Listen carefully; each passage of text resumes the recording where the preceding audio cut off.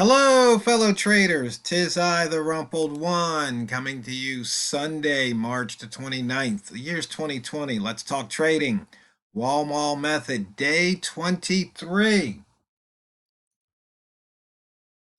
Now, of course, fellow traders, these videos are for educational purposes only.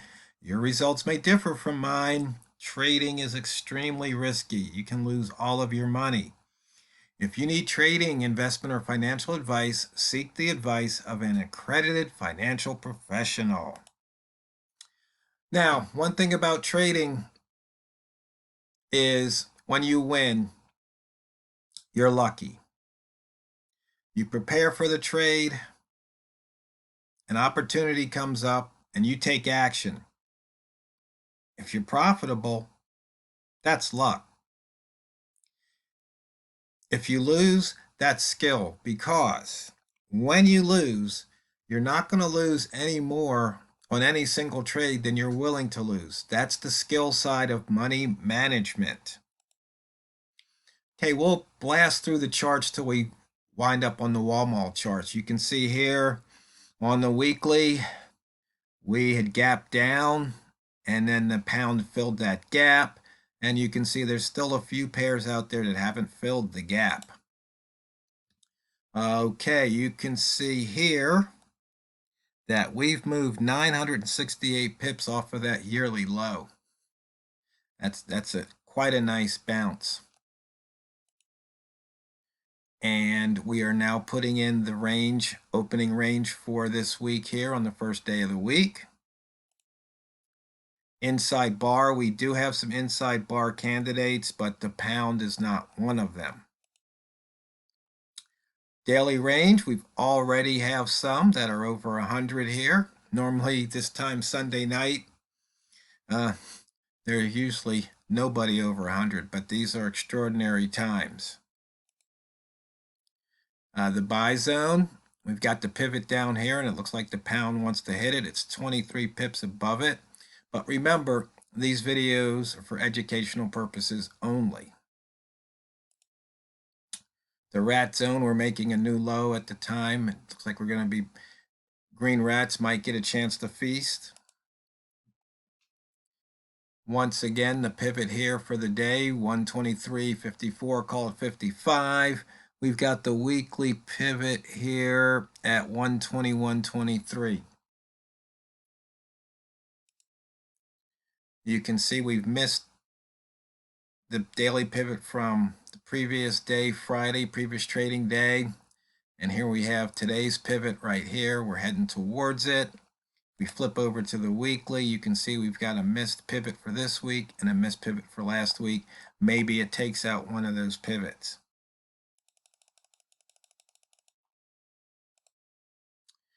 Wick zone in and out already. So you wick zone traders, hopefully you took profit there. Notice it's at the 24.50, a psychological line. Now, I was doing some thinking and studying about the Walmal method, and I realized something, that when I do rat zone trades, in fact, I was telling Walmal this, that all you want to make sure is that you enter the trade within the rat zone, and statistics say price is going to leave the zone. So it really didn't matter so much what method you use to enter the trade. It was make sure you enter the trade in the zone between the 0 and plus 20 off the low and 0 and minus 20 off the high. So I got to thinking, well, we know based on these other statistics, I ran the frequency distributions on the range, that when the hourly candle opens between, say, like 10 or 20 or 20 or 30, that little 10 pip range, that when the average range of a 1 hour candle is 20 or more, in some cases it was running 50 or more, that it's going to bust out of that. But it's like, how do we know which end? Well, we don't. But is there any possible way that we can maybe increase the odds of winning, or the or play the stats In other words, maybe we'll have a better chance at winning if we only take certain trades in the zone. So it got me thinking. So I'm thinking, well, maybe first thing I thought was, let me look at the inside bar. So, and what I've done here, just so you know, I've written the a 2020 frequency distribution. I took the 2019 and I added a feature or two to it. So let me just show you what I've done here. Well, actually, I put the turn off code in so you can turn it off. But right here, my previous candle. So in the frequency distribution, we're usually just looking at the current candle, but sometimes the previous candle, we might want to select off of it. So for example, here's the selections. If the previous candle's an inside bar, then let's see what happens next. Or if it's an outside bar, or if it's a bull bar or a green candle, or a bear bar or red candle. And then I got to thinking, what if we used, instead of just the previous candle, we actually used the green rat reversal setup and the red rat reversal setup. So you're going to have those options here in the 2020 version. So first off, I just said high minus the previous high, and let's just look at all the candles. So previous bar, all. And so high minus previous high, greater than 0, 46% of the time out of the last 1,000 bars. So you can see here we've got some negatives because sometimes the current high isn't greater than the previous high. That's why we have these negatives. But there's a pretty good chance, though, here that we can make a few pips. Then I got to thinking, like I mentioned before, what about if it's an inside bar? Well, here, difference greater than 1 is 39 if the previous bar was an inside bar. So 39 is a little bit better than 34. And here, at 2 pips, 27 is better. But it's funny, here at 23, or at 3 pips, it actually goes down. But then it increases again at 4 pips. So I was thinking, okay, inside bar, but what if the previous bar was a bull bar? And you can see here there was only 158 inside bars out of 1,000 tested. And here, but we had bull bars, we had 489 out of 1,000 tested.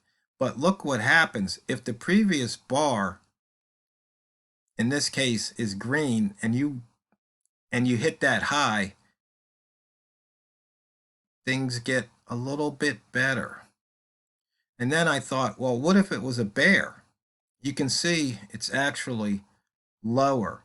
So in other words, if you want to go long, it makes more sense if the previous bar was a bull bar or green. So if you look here, and probably it's the opposite's true. So here the previous bar is red, okay? Then it's green, and then you took that break here.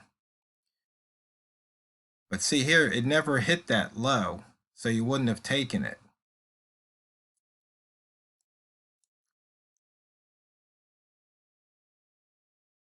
But you can see, once again, the Walmal trade, if you just say, you just know we're going to get the range, and here the lowest range was last hour, only 25 pips, but 25 still can't fit in 10, so that's 15 pips one way or the other.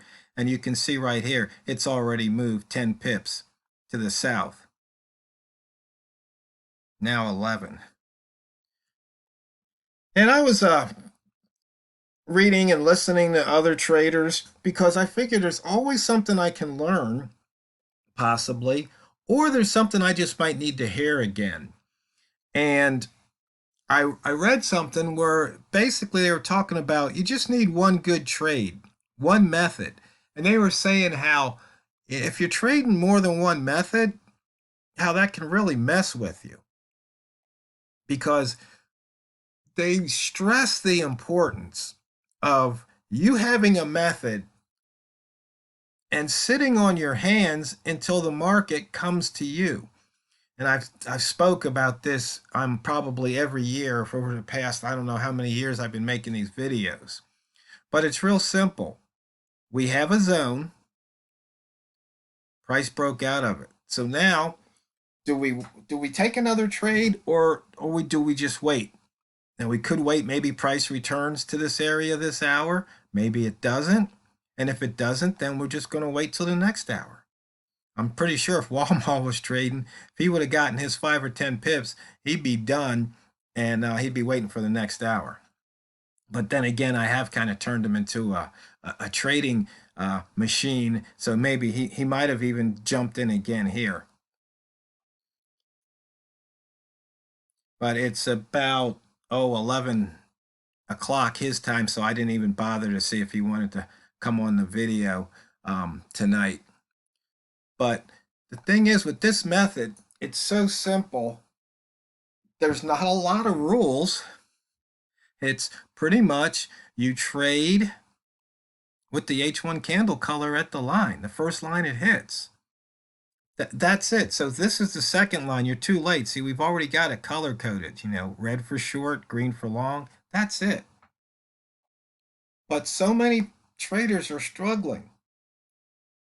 And they might think if they were to enter this trade and they take a loss, that they did something wrong. No, taking a loss is part of it.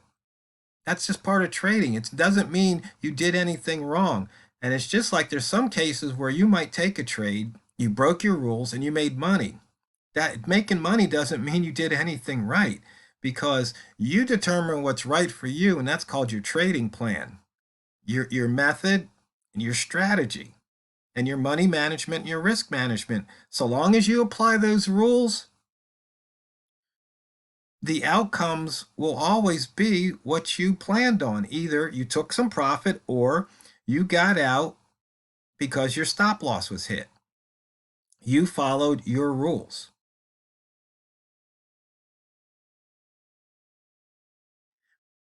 And it's really not that hard. Now, if I remember correctly, let's see, there was a trader that wanted me to show them the indicators here that I'm using. So here, these are just all my notes, indicators, the vertical line here, the TRO time, the sweet spots, the price meter, cross above and above below, and then the buttons indicator where I'm only showing the pound. So I'm just really using this for the switching time frames. And then on this chart, I think they wanted to see these indicators, which you've got the 2020 donational above, below, between, which I don't know if I released this version or not. I think it's going to come out in batch 3 because I was still testing it, and it looks like everything's okay now. The B clock here, the spread alert I have here, in and out just shows the inside. I just have it set for inside bar. If you can see that little aqua color there, the TRO ranges, and you can display as many or as few ranges as you want. I think it works up to 15 or 25. I can't remember, maybe even 50. The price meter once again, and the multimeter candle color here. And the thing about this method is it is so tempting to make changes to it, but you have to be careful. In fact, I even was talking to Walmal. I said, I got to be careful about, these stats here and not get too cute, because like this is 1 minute. We can switch over to the 5 minute, and you can see here the numbers look nicer, and you can flip to 15. So it might cut down on your trading. But we've seen how the pound is just moving back and forth sometimes. So you could get cut up if you're waiting on a 5-minute bar or a 15-minute bar. But with the 1 minute, you can be in and out quick and just stacking your chips or your pips. So, fellow traders, that's it for Sunday.